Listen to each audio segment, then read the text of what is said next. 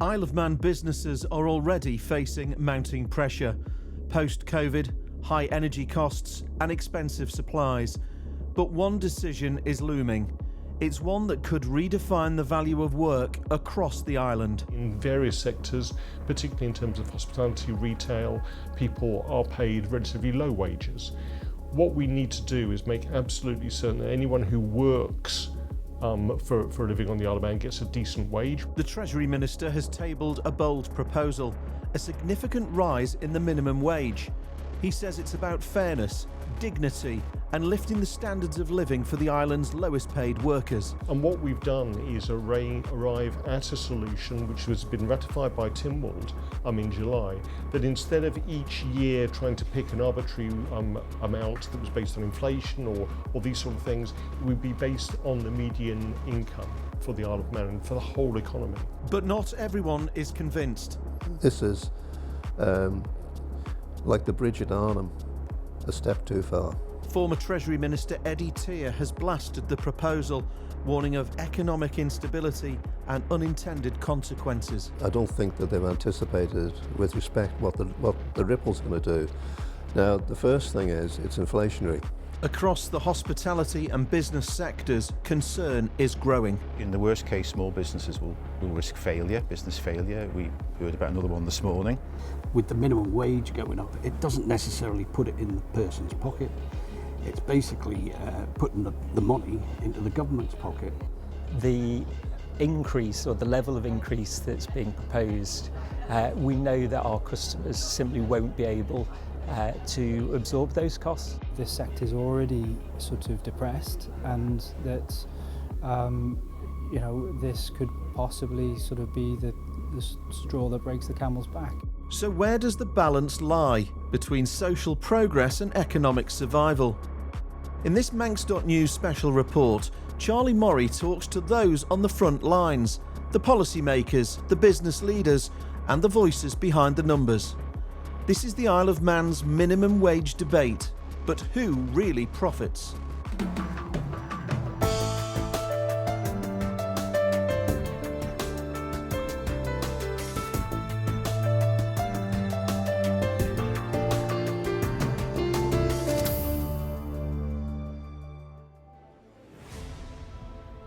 As the Isle of Man weighs the future of its minimum wage, one man stands at the centre of the conversation. Dr. Alex Allinson. A former GP turned policymaker, Allinson has become a vocal advocate for wage reform, arguing that no one working full-time should be left behind. His proposal has sparked intense debate across the island, drawing criticism from business leaders and a former Treasury Minister. But what's driving the push, and how does he respond to those warning of job losses, closures and economic strain? We begin this special report speaking to the man behind the motion. So the minimum wage was actually brought in over 25 years ago in the UK. It's been here for roughly the same length of time. Each year, normally, government will say what the minimum wage should be for people employing people on the Isle of Man. What we've got this year is a slight change in that in July Tynwald it was a different way of calculating that was adopted, which is 66% of median earnings, and also we'll be announcing it in October Tynwald to come in April next year, and this will be the statutory minimum wage, so you legally have to pay somebody that wage for them to be working on the Isle of Man.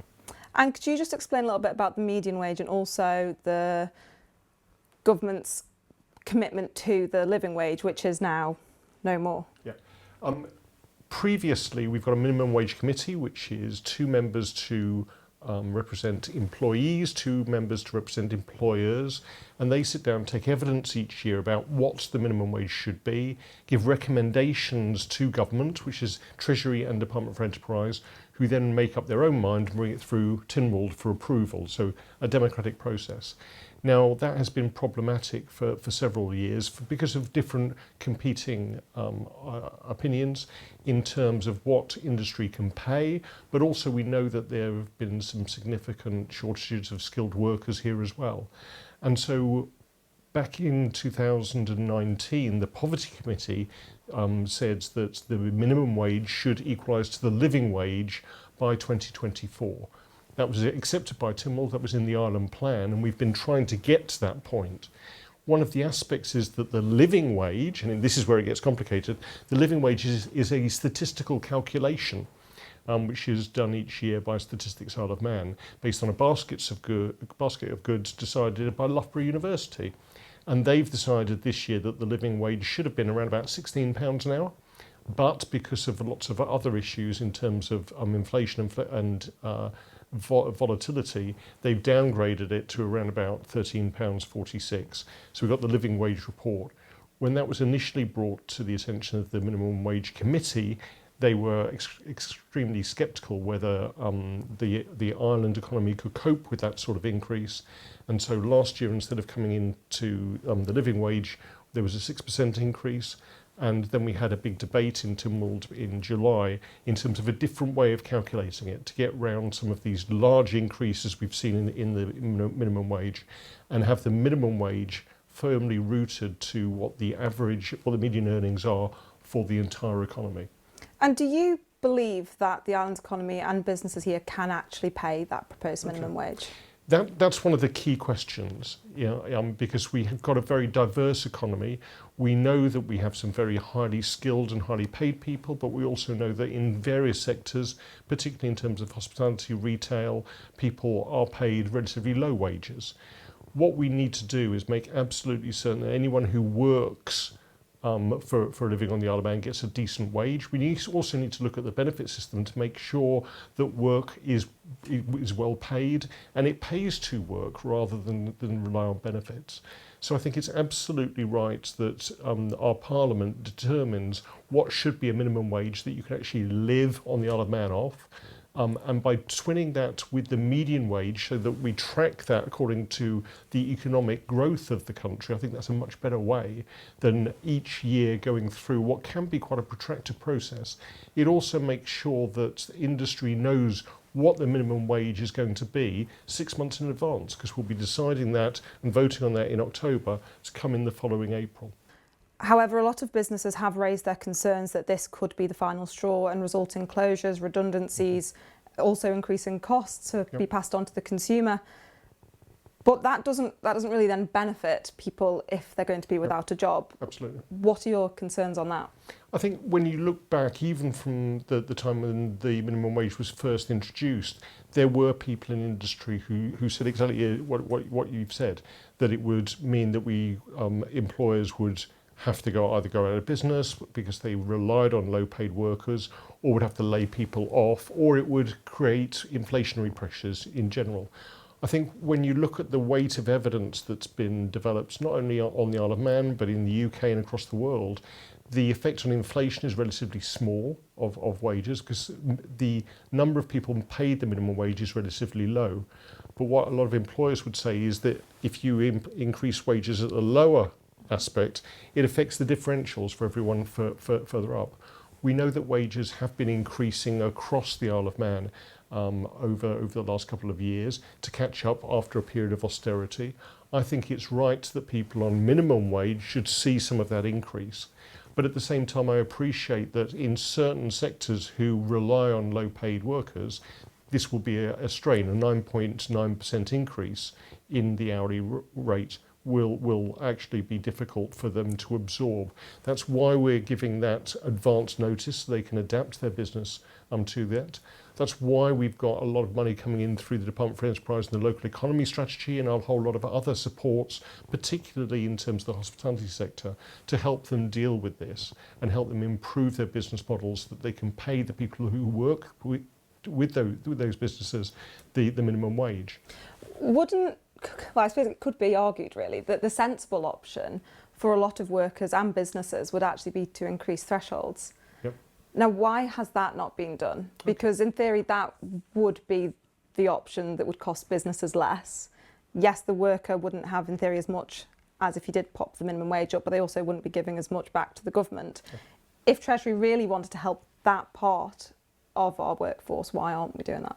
So, and interestingly, in your opinion piece on Manx News, you talked about raising tax thresholds or raising the minimum wage. What government have been doing is both, actually, and I don't think it's a binary argument.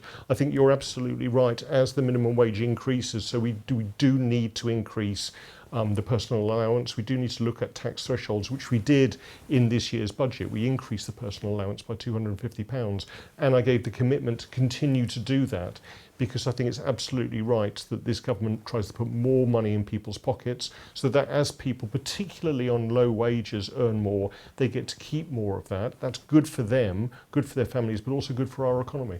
But do you not think it could be a little too late if we pop the minimum wage up first? And if that percentage isn't the same as if we're popping the minimum wage up 9.9%, but we're only popping the thresholds up not on that percentage, in that time, do you not think it's a real worry that businesses are going to shut their doors and we're going to end up with people really having to get benefits because they can't get a job? Yeah. I mean, the way the timing will now work is that any increase in the minimum wage, and again, this has to be decided and agreed by Tynwald, any agreed increase in the minimum wage will come in April. Any changes to the personal allowance or the tax thresholds will come in April. So we will align these two.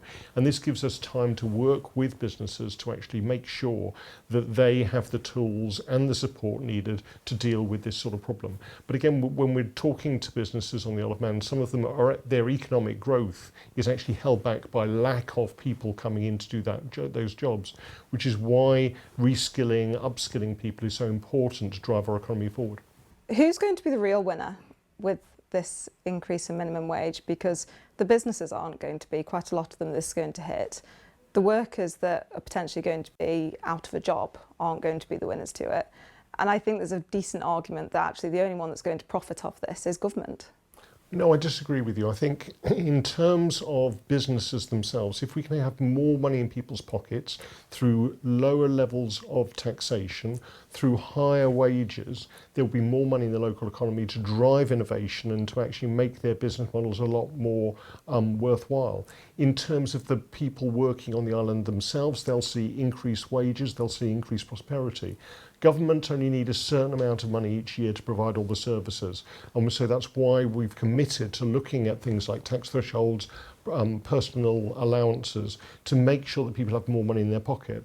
I agree with you that certain sectors in our economy may find transitioning to this new way of calculating the minimum wage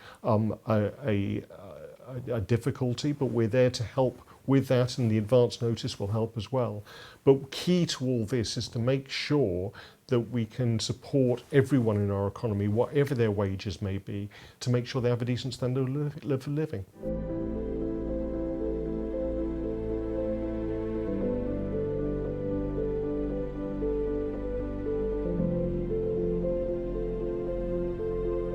Industry leaders say the proposed minimum wage hike could push costs up and jobs out.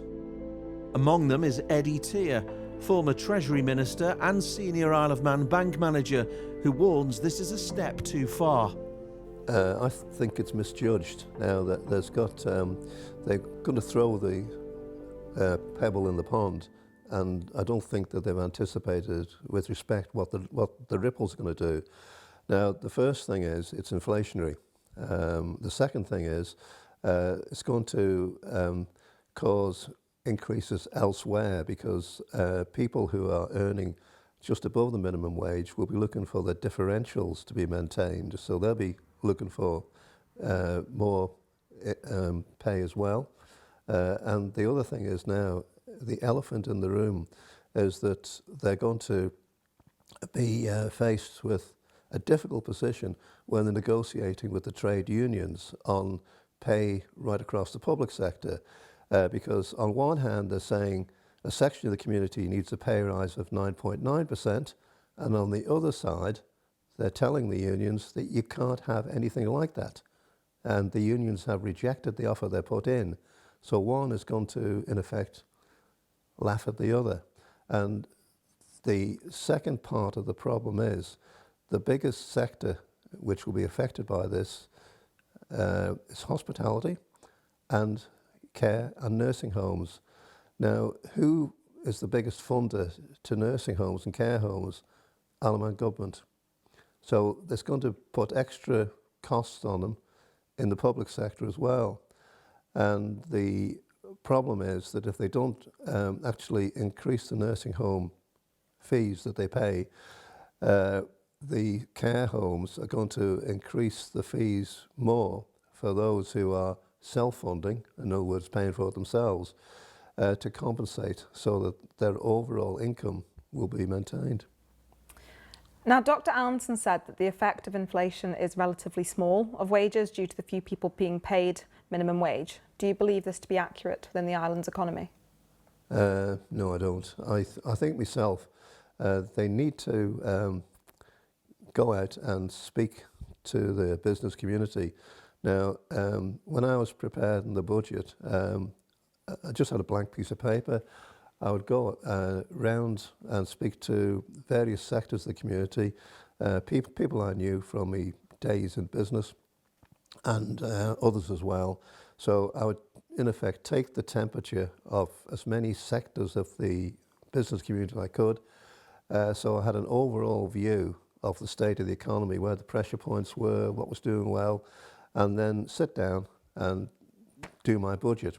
And it's important to keep those connections going, because I found that if I had a good relationship with the business community, if there's any problems there, they give me a ring, say, Eddie, can I come in and have a chat with you?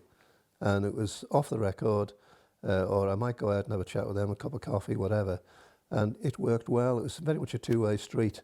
Now, government, in my opinion, has to appreciate they can't spend what industry and employees don't earn.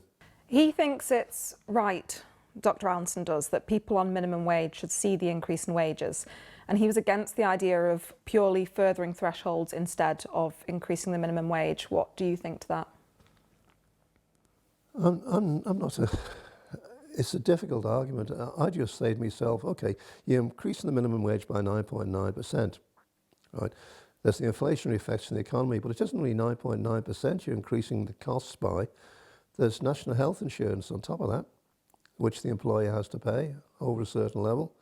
So the true cost to the employers is going to be greater. And that's going to ripple through the economy. So hospitality is going to put their prices up. Nursing and care homes can put their prices up. There's already pressure on both those sectors. So what's government plans? How are you going to make the Isle of Man more attractive if the hospitality sector shrinks? Now, I'm still actively involved in business. I go down to Jersey on a regular basis. Walk around there. It's completely different. Why? Because the hospitality sector is vibrant. Over here, it's not as active as it is down there. And why do you think their hospitality sector is buzzing, so to speak, compared to here? Because their costs aren't the same, and they've also got disposable incomes higher.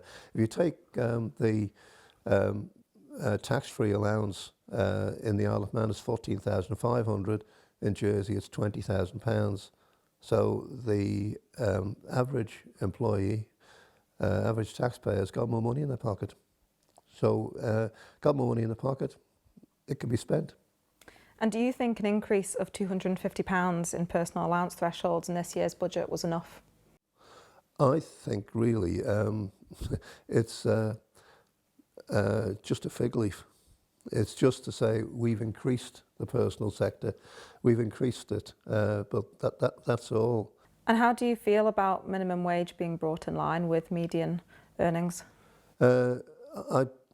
In theory, it's very altruistic, and it's difficult to argue against, but you need to have a look at the broader economics of it as well.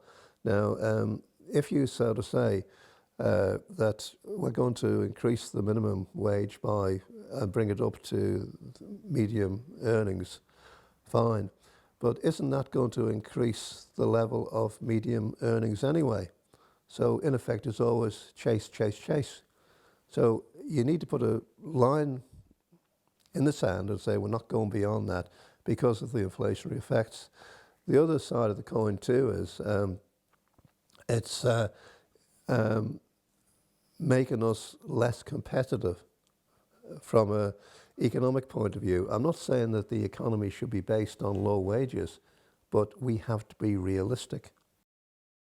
And the Treasury Minister doesn't believe that the private sector is being punished with the increase in minimum wage and believes we should have a progressive taxation system in place. What do you think to that?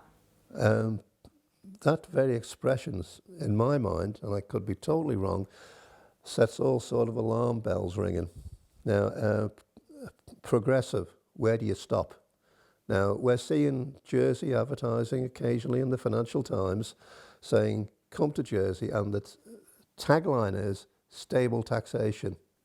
Now, when you say progressive here, and Jersey says stable, which are you going to go for? You'll say, right, I'll go to Jersey. So we're not only shooting ourselves with one foot, we're shooting ourselves in both feet. That's my humble opinion anyway. And the Treasury Minister believes that the increase in minimum wage will put more money in people's pockets. What do you think to that? Yeah, but it's taking money out of other people's pockets as well. So in effect, it's the overall message. The first, progressive taxation. The second is costs and inflation. So inflation in the Isle of Man tends to run about 0.25% more than the UK anyway, and this isn't going to help.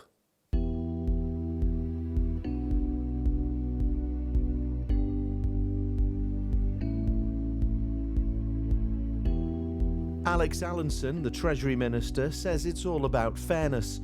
Eddie Teare says it's a step too far. Now business owners, hospitality leaders and those in the supply chain are speaking out. From rising costs to shrinking margins, they warn the impact could be felt far beyond the front line. We're already looking at cutbacks, winter hours, because you've just not got the volume of people that we used to have years ago. You know, the tourism trade is not great. People haven't got money in their pockets. I mean, obviously, with the minimum wage going up, it doesn't necessarily put it in the person's pocket. It's basically putting the money into the government's pocket, which is the wrong thing to do.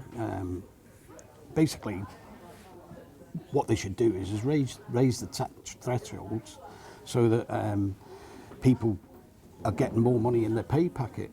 And the burden's not just put directly onto the business, because businesses will close. It'll have the opposite effect. It'll hurt the very people that they say they're trying to help. And if this is implemented, what do you think the future looks like for a lot of local businesses? Very bleak. There's already a lot closing at the moment. There's people trying to sell up, can't sell up because their business isn't viable to sell. It will stifle growth. I mean, we've gone through a very large expansion process in the last 2 years, or a year ago for the last 2 years, expanding A&J Butchers up into Robinsons. We opened Barbary North Coast, Frank Matcham's, Barbary West Coast. Spent a lot of money. Now we're trying to get some of that money back, and it's just not happening because of low footfall and ever increasing costs. You've got energy costs. Wages obviously is a major part, and like I said, we don't mind paying, but we actually pay over minimum wage now for most of our employees, but it's just going to push everything too far, I believe. It's too much too soon, and especially in this climate. And from an LVA perspective, what are a lot of the members, and from that perspective, what are they all saying about this? They're all worried. A lot of them that have come back to me, I basically asked them how many employees and which venues wanted to support this interview and everything today. And a lot of them, possibly half of the smaller type businesses, they're not even taking a wage themselves. How they're surviving, I do not know. Because they're literally saying, we don't even take a wage ourselves. So it's tough, it's really tough. And there's a lot that are thinking about quitting. Brett Martin is the chief executive of the Palace Group. I think it's laudable that they want to increase the living standards of the low paid. I think virtually everybody that I've spoken to in government feels the same way about that. It's the methodology that's causing us the problem, Charlie. They keep using methodology that puts all of the costs on business. And we think that it's a laudable thing to do, but it's a social welfare policy, and government should share in the cost of that. And do you think it's unreasonable for businesses to keep putting the cost onto government to keep putting the cost onto the businesses? Yeah, I do. I think that if they're going to do it, they need to share in the pain. And at the moment, the way the system works is if they went ahead with this increase from 12.25 to 13.46, only 60% of that benefit, if you like, goes to the employee. 40% of it goes to the government in taxes. So businesses shoulder 100% of the cost, and government picks up almost half of the benefit. And that shouldn't be the case. If they want to improve people's living standards, focus on the people, not the government tax revenues. And how do you think they could focus on the people if they didn't increase this minimum wage by 9.9%? I think that there's lots of different ways of doing it. Our proposal effectively is based upon the idea that there's an increase, let's say, inflation or roundabout inflation that's borne by the companies, and then the government provides additional personal allowances or higher national insurance thresholds to the low paid so they pay less tax to the government. And in that way, we effectively fund an increase in pay, and we pay more employers' national insurance, and the government discounts the personal national insurance and or tax cost to the individual. And if this does go ahead, what are your main concerns for your business? I think it's going to have a very detrimental effect on lots of businesses. It will vary by sector, but in the worst case, small businesses will risk business failure. We heard about another one this morning. I think larger businesses will have to look at their costs and their establishment numbers. I think even in the white-collar sectors, that people will be looking at things like apprenticeships and training programs. And in terms of investment, how much money do you want to put into businesses on the Isle of Man and investing in new facilities on the Isle of Man if you're constantly going to be hit with what is going to be the highest minimum wage levels in the world? And we've seen quite a few people comment saying that this is just businesses being greedy and that they can afford to pay this and that actually they just don't want to pay more to the low-paid worker. What do you have to say to that? Well, we do want to pay more, or we want to be part of a solution that pays more. So you'll see in what we've written that what we're looking to do is say, let's share the burden with government. The Treasury Minister has gone on record to say this isn't a tax-raising methodology. This isn't about that. It's about helping people on low pay. So we're saying, okay, fine, if you truly believe that and that's your policy, then you shouldn't have a problem with what we're proposing, which is sharing the pain between government and business. Robinsons is one of the Isle of Man's longest-standing wholesalers, supplying food, drink and essentials to businesses across the island. Mark Hotchkiss, a key figure in the company, says the proposed wage hike could send shockwaves through the whole supply chain. From rising costs to pressure on margins, he warns the impact won't stop at the shop front. We have deep concerns of both the scale and the timing, and also that businesses taking the full burden of the increase. And what do you think government could do instead of implementing a 9.9% increase? What do you think would do in order to help those low-paid workers, but also to take the pressure off the business? Well, there's a couple of options that the businesses, that the government will have, where they can spread the load in terms of national insurance contributions, the personal allowance. The Isle of Man currently has, particularly for the 18 to 20-year-olds, we have a minimum wage that kicks in from 18 plus. So we're about 20% more expensive, effectively, than the UK on that age group. Now that particularly affects hospitality, catering, retail, childcare. In particular, it's looking at all those sorts of angles in terms of where the minimum wage potentially kicks in, whether we have a universal or whether the government can, spread that load. What do you think the inflationary effects would be on Robinsons and the supply chain that Robinsons deals with if the minimum wage increase does go ahead? Okay, well, We absolutely, at Robinsons, we absolutely value our people. We strive to pay above minimum wage. We recognise the skill and dedication. We also support 45 local companies. We're proud to do that. We've got a Manx First policy where we ensure there's local produce in Manx homes and on menus. The increase, or the level of increase that's being proposed, we know that our customers simply won't be able to absorb those costs. They will be passed on, and ultimately that will affect the consumers with higher prices, less choice potentially. There's also, catering customers will probably be in a situation where local procurement drops. They look for cheaper imported goods, and that obviously affects the whole food chain and Greater Manx sort of economy in that regard. And for people that have said that businesses can swallow these costs and they're actually just being greedy, what do you think to that? I think the level of the base increase that we're talking about will move all pay levels within that. So the actual impact is multiple times sort of the headline figure. It's not just simply on the lower paid workers.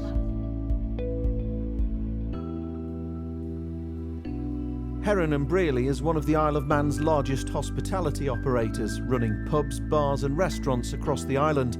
Ollie Neal is part of the leadership team and says the sector is still in recovery mode, and warns that a sudden wage hike could stall progress and force difficult decisions. We're concerned that an increase that's being proposed sort of through Tynwald next week is only going to sort of drive cost inflation sort of further. So we're worried, with high cost of living sort of on the Isle of Man, that in essence the people they're trying to support by passing this sort of significant increase through, that ultimately they won't necessarily be the beneficiaries of that, because everything else is going to go up to them sort of around. So, we certainly feel there are, other ways to, other mechanisms available to the government to make sure that, people who are sort of at the lower end of the pay threshold manage to get more money in their pocket in another way that is separately not going to impact on that consumer spending across the island. And a few people have said that, or alluded to the fact that this is just greedy businesses that can afford to pay it but just don't want to. What do you think to that? Well, again, it's, I think there's a lot of people starting to sort of see a lot more of what this really is. The sectors that we operate in, we pride ourselves being a part of, heart of the community and providing a service to the community.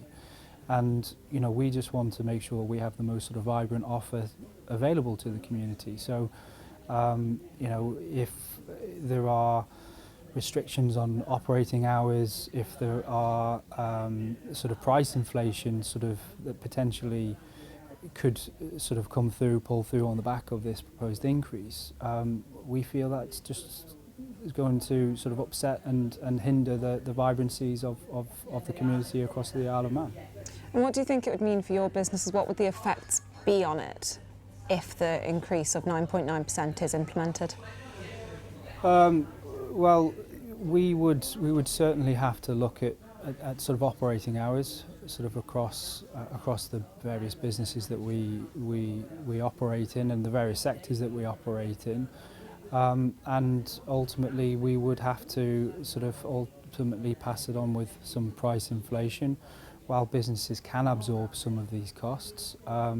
Equally, we would have to sort of pass this one through really, which could result in closures.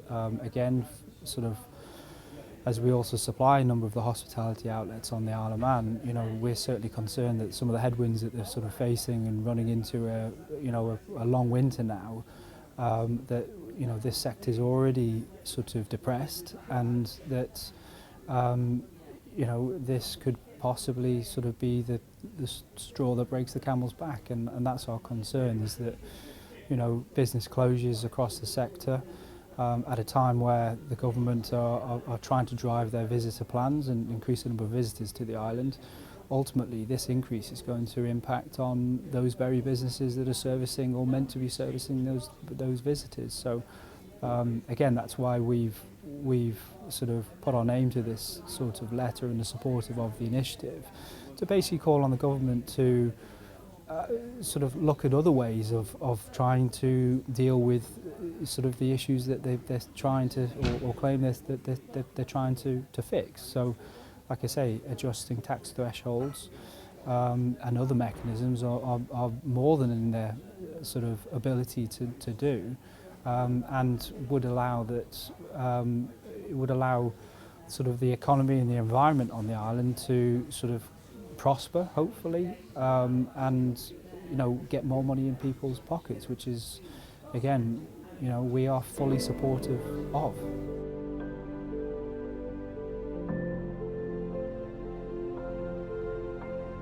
The arguments have been made, the warnings have been issued, and now the decision lies with the members of Tynwald.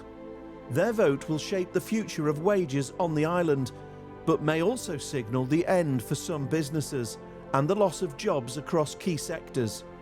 This is not just policy, it's personal, and those casting their vote must ask themselves, will they take responsibility for the consequences? Because what happens next won't just be felt in the chamber, it will be felt in every payslip, every business, and every community across the Isle of Man. And what would you recommend this government does about this minimum wage proposal? Kick it into the bin. Increase it by inflation, fine. But this is like the bridge at Arnhem, a step too far.